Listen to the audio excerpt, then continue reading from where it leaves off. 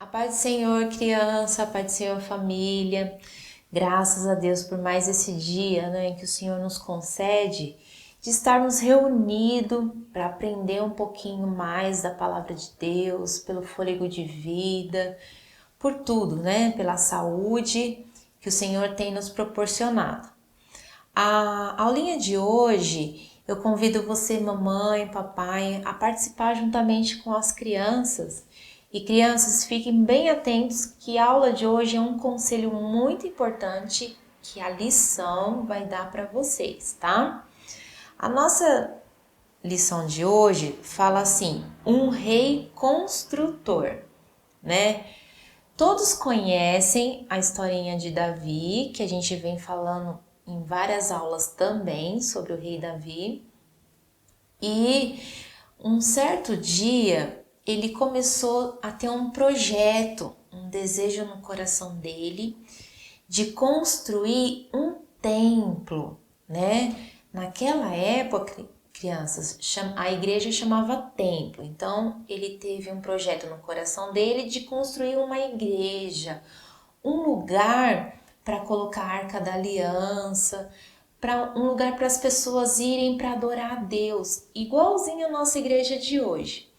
E o Senhor se agradou desse projeto no coração do rei Davi. Mas o Senhor falou assim para Davi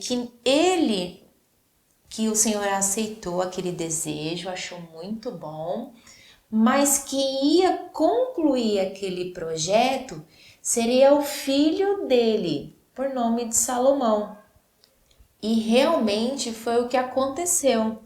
O que eu quero falar para você, família, para você, papai, mamãe, para as crianças? Uma coisa muito importante, que nós precisamos, pai e mãe, ter projetos sim, ter sonhos, ter desejo. E muitas vezes esse projeto que a gente tem para nossa família, que a gente tem para apresentar ao Senhor, quem vai executar serão os nossos filhos. Então, que nós possamos estar atentos a isso, que precisamos sim desejar o melhor, projetar, ter sonhos e incluir os nossos filhos neste sonho, nesse projeto. Você sonha, você projeta, você prepara o caminho, mas é seu filho quem vai realizar. A gente não pode competir os nossos desejos, os nossos sonhos com os nossos filhos. Não. Os nossos filhos, eles vão realizar as promessas que o Senhor tem feito em nós. Quantas vezes o Senhor nos promete algo e quem vai desfrutar serão os nossos filhos, né? E crianças, o que a tia quer dar um conselho para vocês hoje é o seguinte, que a gente precisa sim ter sonhos e desejos, mas os sonhos do papai e da mamãe para nós também são muito importantes. E a gente tem que ter o mesmo propósito, o mesmo desejo, o mesmo empenho em realizar o sonho dos nossos pais. E na história de Davi e Salomão foi uma coisa maravilhosa. Davi projetou, preparou todo o caminho. E Salomão, quando se tornou rei, executou aquele projeto, construiu um templo lindo que até hoje não existe na história nenhum outro igual. Então, que nós possamos com essa aula de hoje aprender que tudo aquilo que fazemos, tudo aquilo que projetamos, o Senhor ele se agrada, o Senhor tem propósito. E uma coisa maravilhosa que foi que essa família fez é fazer algo para o Senhor habitar, né? O Senhor habita na nossa casa, habita no nosso coração, mas ele habita na igreja também. É muito importante a gente, tendo oportunidade, buscar o Senhor nas igrejas, no templo, né? Aqui no nosso texto áureo, que está em Salmos 122, diz assim: fiquei alegre quando me disseram, vamos à casa do Senhor? Olha só que convite maravilhoso, crianças, que a casa de Deus, a igreja, é um lugar que nos traz alegria, que nos traz paz, que nos traz conhecimento. Então, sempre que você tiver uma oportunidade, venha também para a casa de Deus, participar juntamente com outras crianças da escolinha dominical, tá bom? E que o Senhor abençoe o projeto da sua família. Que o Senhor abençoe a obra das suas mãos, para que o nome dele seja glorificado na minha e na sua vida, tá bom? Fiquem com Deus, até a próxima aula, se Deus quiser. A paz do Senhor, crianças, paz do Senhor, famílias. Estamos aqui mais um domingo, mais uma lição da nossa revista Saber Mais, com o título Heróis do Antigo Testamento, e hoje já estamos na lição de número 11, que tem por título Cantando na Guerra. O nosso texto do dia nós vamos encontrar lá em Salmos 146, verso 2, que diz assim: A vida inteira eu louvarei o meu Deus, cantarei louvores a Ele enquanto eu viver. Que salmo bonito! Louvar a Deus durante toda a vida, durante todos os dias que nós vivemos. E isso é o que nós vamos ver na lição de hoje. E hoje nós vamos ver sobre um rei por nome Josafá. Josafá era filho de Asa e ele ficou como rei para substituir o seu pai quando seu pai morreu. E a Bíblia vem nos contar que Josafá fez o que era bom aos olhos do Senhor. Josafá foi um rei de Judá, que fez aquilo que aprendeu com seu pai. Durante pouco tempo do seu reinado, com 3 anos somente de reinado, Josafá levantou homens e dividiu aqueles homens nas cidades para que eles falassem, para que eles ensinassem as leis de Deus. Todo o povo em volta gostava muito de Josafá, porque Josafá, ele não só ensinava as coisas de Deus, ele também fazia. Ele era um praticante dos ensinamentos dele. E isso fazia com que o povo admirasse muito. E os povos em volta, os povos inimigos, tinham medo de Josafá. Um ponto muito forte que nós vamos aprender na história de Josafá é que Josafá dependia do Senhor. Quando as coisas ruins iam acontecer, Josafá não tentava lutar com o seu braço, não tentava enfrentar com a sua sabedoria, com o seu poder. Josafá sempre buscava o Senhor. Claro que Josafá não foi um homem perfeito. A Bíblia conta também que ele errou, que ele deu o seu filho para casar com a filha de Acabe, a Atalia. Ele errou em alguns pontos, mas a Bíblia também conta que Josafá veio um profeta, advertiu Josafá do erro dele e Josafá se arrependeu do erro que tinha cometido. Então Josafá tinha uma vida de oração, uma vida entregue ao Senhor, uma vida de dependência ao Senhor. E isso fazia com que Josafá crescesse. Isso fazia com que os seus inimigos até trouxessem presentes para Josafá. Um certo dia, Josafá recebeu a notícia que 3 reis vinham lutar contra o reino dele, contra o reino de Judá.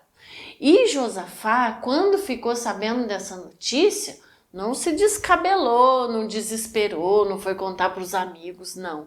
A Bíblia conta que Josafá foi buscar o Senhor. E além de buscar o Senhor, ele chamou todo o povo daquele reino, as crianças, as mulheres, os homens, os jovens, os velhos. Ele chamou todo aquele povo para orar, para buscar a face do Senhor, para que o Senhor livrasse eles daqueles 3 exércitos que vinham contra eles.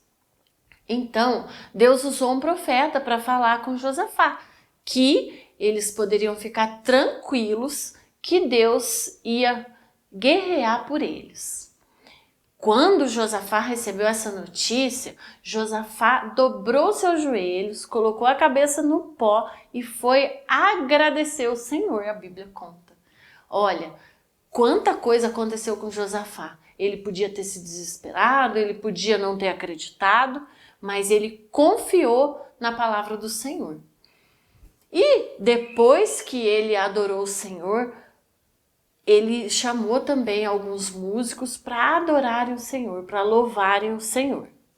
No dia seguinte, quando eles saíram para aquela guerra, que o Senhor falou que estaria na frente com eles, que daria vitória a eles, os músicos foram na frente e eles cantavam assim: rendei graças ao Senhor, porque a sua misericórdia dura para sempre. E eles foram para aquela guerra louvando o Senhor.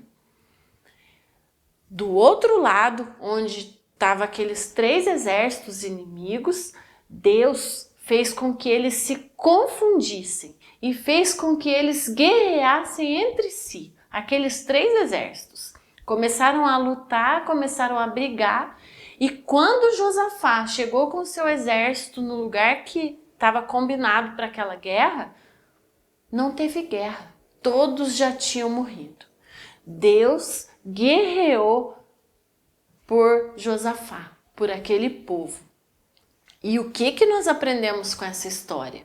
Que nós devemos depender do Senhor todos os dias, que nós devemos, como Josafá, ele nos deixa uma lição incrível, que nós devemos depender do Senhor todos os dias, que nós devemos orar ao Senhor e que nós devemos contagiar as pessoas que estão ao nosso redor. Quando nós buscarmos o Senhor, quando nós tivermos em dificuldade ou não, nós devemos buscar ao Senhor e nós devemos contaminar as pessoas que estão ao nosso redor para buscarem o Senhor também. E outro ponto que Josafá nos ensina é que quando louvamos o Senhor, quando adoramos o seu nome, sem antes ter visto o que Deus vai fazer, Deus nos dará a vitória. Deus esteve com Josafá em todo o tempo e também prometeu que estaria conosco todos os dias. E nós podemos confiar na sua palavra, porque ela é verdadeira e Deus sempre vai permanecer fiel. Amém? Um beijo e até a próxima semana, em nome de Jesus.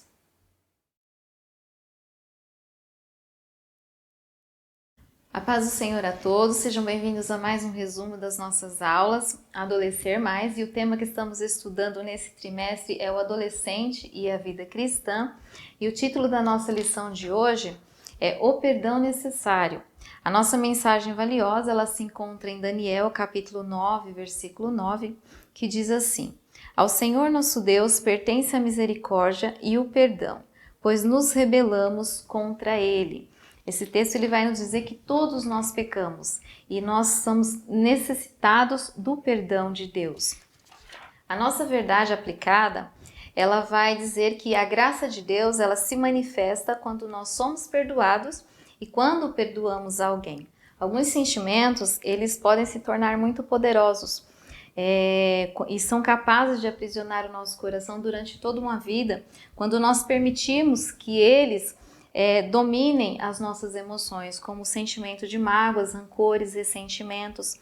E a ausência do perdão é como um veneno que destrói a nossa alegria. Certa vez, conversando com Jesus a respeito do perdão, Pedro, um de seus discípulos, ele pergunta: Senhor, até quantas vezes pecará o meu irmão contra mim e eu lhe perdoarei? Até 7? E Jesus lhe disse: não te digo que até 7, mas até 70 vezes 7. E depois de responder a Pedro, o mestre ele olha para os seus outros discípulos e começa a contar uma parábola sobre o credor incompassivo.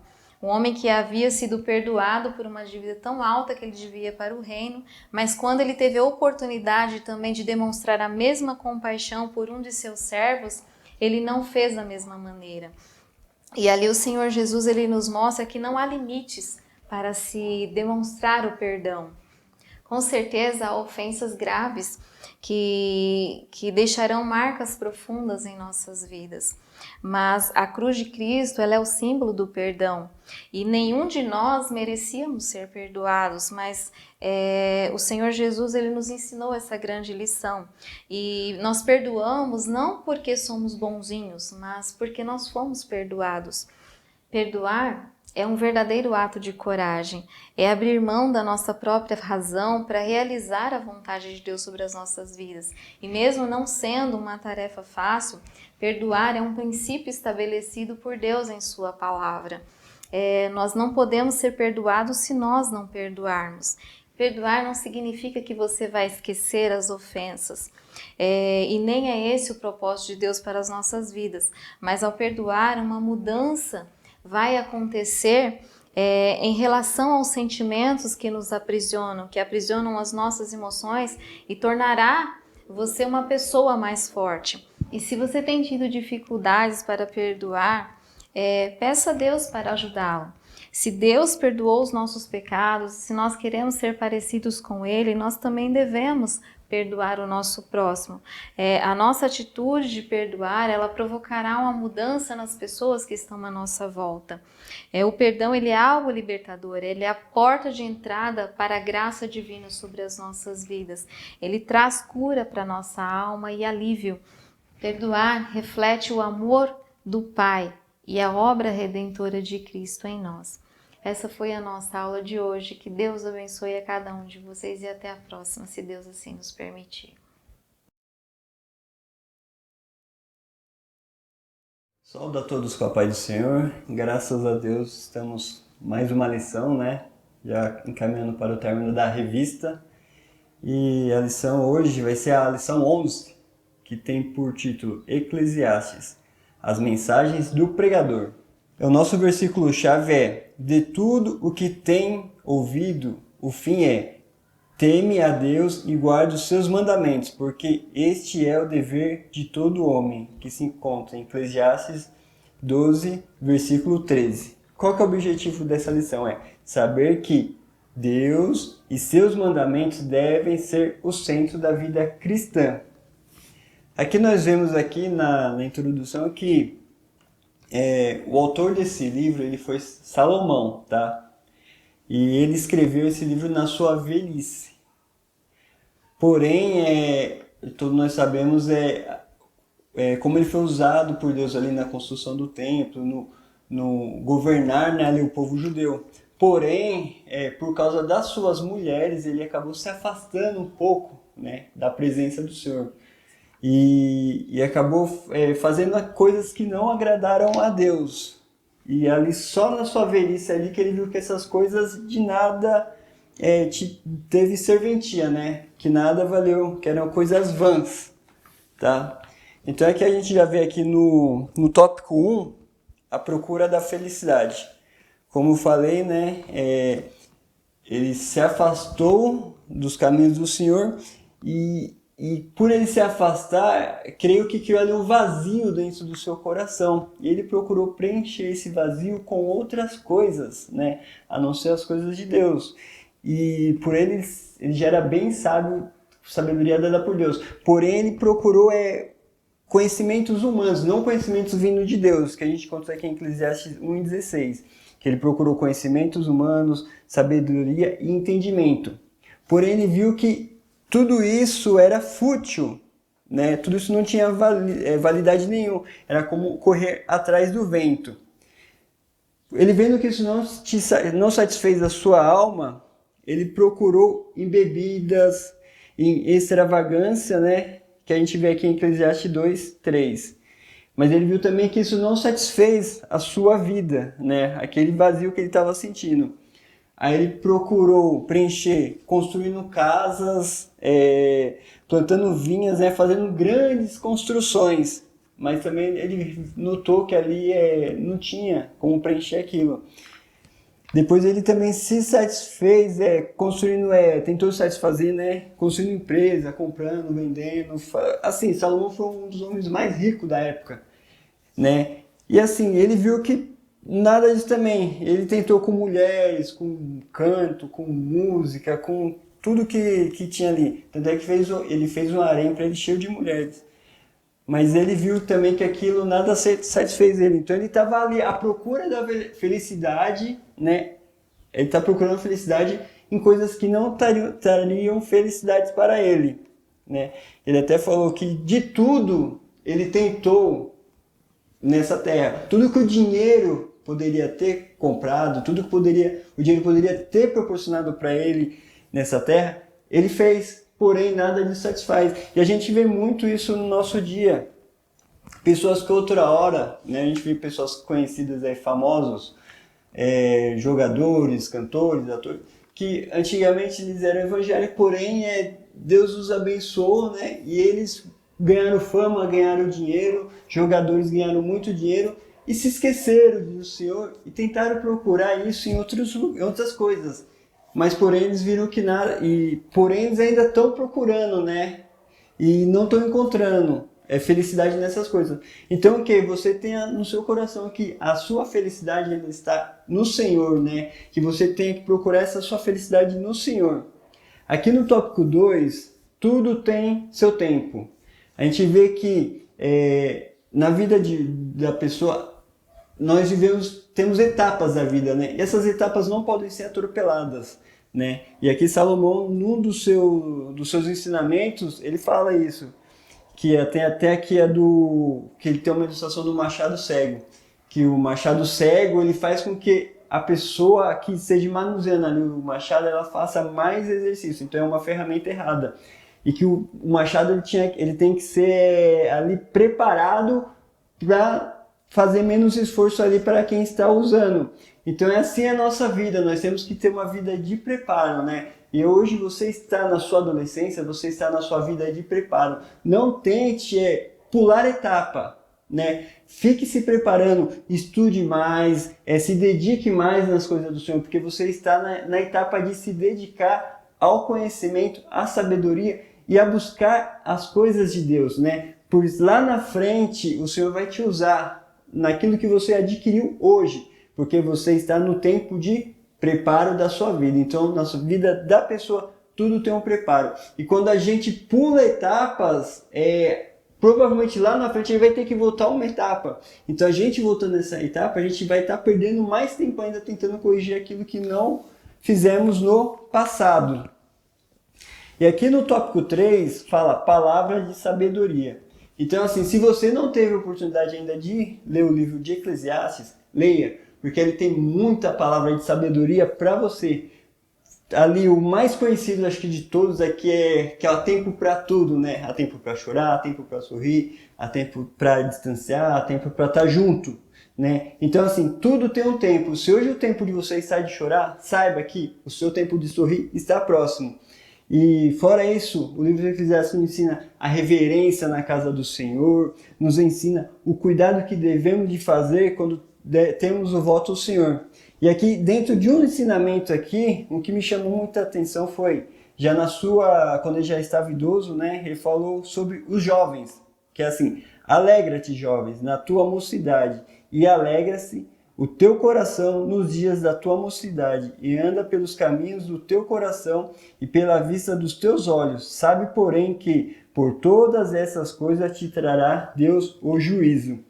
E para terminar aqui, né, ele fala, na sua velhice, ele fala que na velhice a gente acaba aqui limitando certas coisas, que nós devemos fazer aquilo que nós temos que fazer realmente, que é na nossa mocidade. Então, aquilo que você tem que fazer para o Senhor, faça enquanto você é jovem, enquanto você tem vigor, porque lá na frente vai te faltar esse vigor por causa da idade. E aqui, Salomão nos ensina num dos seus ensinamentos em Eclesiastes, né? Então, esse aqui foi a nossa lição de número 11, né? Espero que você leia o livro de Eclesiastes, que vai trazer bastante serventia para o seu hoje e o seu futuro. E assim eu agradeço a oportunidade em nome de Jesus. A paz do Senhor, meus irmãos.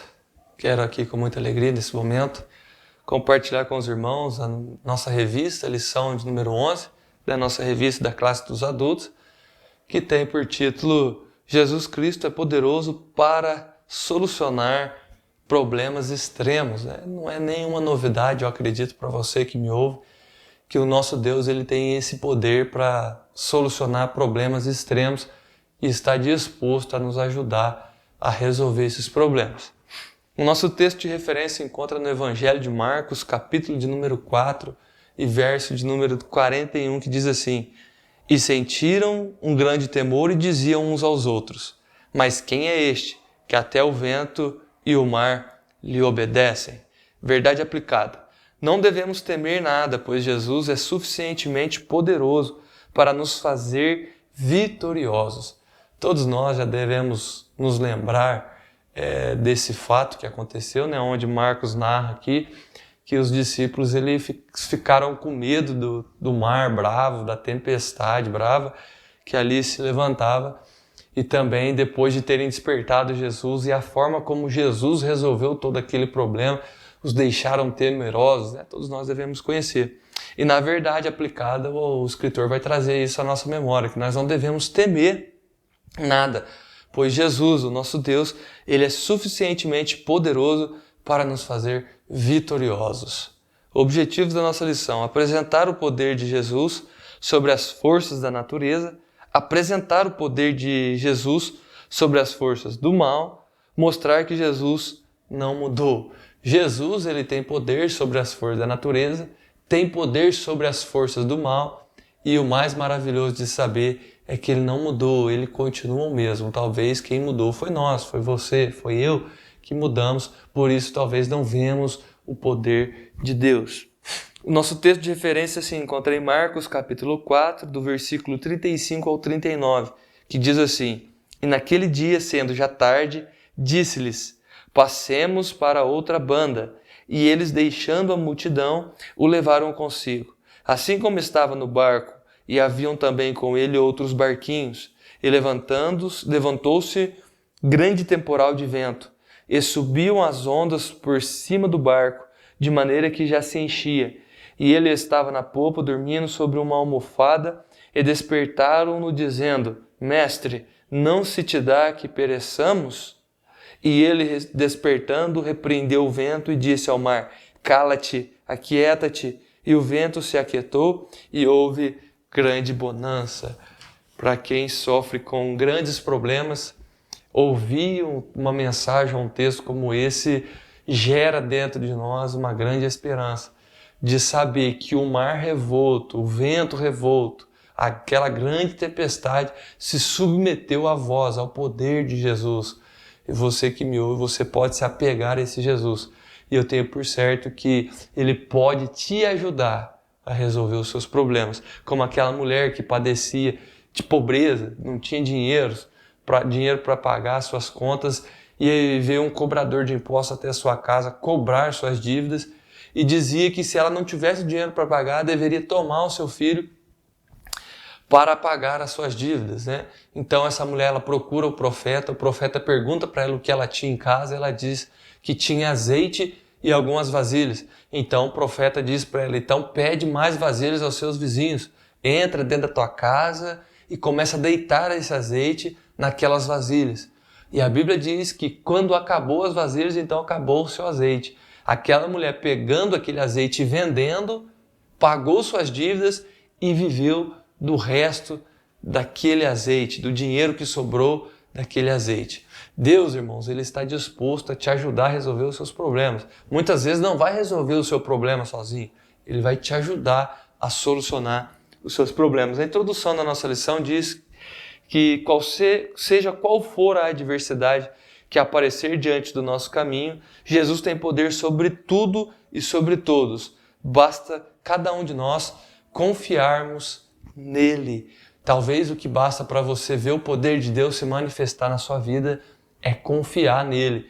Porque na bonança, irmãos, a gente necessariamente não precisa tanto de ver o poder de Deus se manifestar, porque não nos encontramos em situações de aperto. Mas talvez você já está numa situação de aperto e precisa desse poder de Deus. Porém, talvez você não tenha vivenciado o poder de Deus. Eu quero te dizer que talvez falta você a confiar nele. acreditar nele. Eu sei que é muito difícil, deitado num leito de hospital, com os seus dias contados, eu dizer para você, descansa no Senhor. Talvez seja impossível, mas eu quero que você nessa manhã, nessa tarde, nessa noite, eu não sei qual momento do dia você vai nos ouvir, mas eu quero que você, ou melhor, despertar um desejo em você de crer, de confiar no Senhor mais, de depositar a sua fé nele, que eu tenho por certo que ele irá te ajudar. O nosso ponto de partida diz que Jesus repreende as tempestades. Deus, Jesus, como nós já lemos, ele tem esse poder de repreender as tempestades que vêm na nossa vida. Para isso requer que nós tenhamos fé nele. Se a gente tiver uma fé viva ao nosso Deus, a ponto de obedecê-lo, ainda que ele seja o próprio que nos mande entrar ao mar, ele diga a você, vai para o mar, ainda que ele mesmo nos mande fazer isso, se você tiver essa fé que obedece, eu tenho por certo que ele irá aparecer no meio dessa tempestade, irá mandar o mar acalmar, o vento se acalmar, tudo se calar. Eu tenho por certo que ele irá fazer isso, porque você tem uma fé viva no nosso Deus. O poder de Jesus sobre as tempestades. Quando Jesus repreendeu a tempestade no mar da Galileia, os discípulos ainda estavam crescendo no conhecimento acerca dele. As tempestades da vida servem para que reconheçamos a ação e o poder de Jesus sobre as adversidades. Eu quero te dizer que o problema que você enfrenta, a doença, a enfermidade, qualquer coisa que te passa agora, que está te afligindo, serve para o teu amadurecimento, para o teu crescimento, para que você venha crescer mais no conhecimento e na graça de Deus, para que você venha conhecer mais sobre o poder de Deus. Porque muitas das vezes você pode estar se perguntando, até dizendo a Deus, Deus, eu sou crente, eu sou fiel, eu dizimo na tua casa, eu faço isso e aquilo, eu contribuo. Por que eu estou sofrendo esse mal? E ao mesmo tempo Deus pode estar te dizendo, por que não você? Você sendo fiel, você sendo crente, sendo meu filho, por que não você passar por isso para que outras pessoas, vendo a sua vida, sejam alcançadas pela minha graça? Por que não você? Que Deus possa te conceder mais fé, mais graça, e que você possa entender e reconhecer o poder dele sobre tudo e sobre todos nessa vida. Em nome de Jesus. Amém?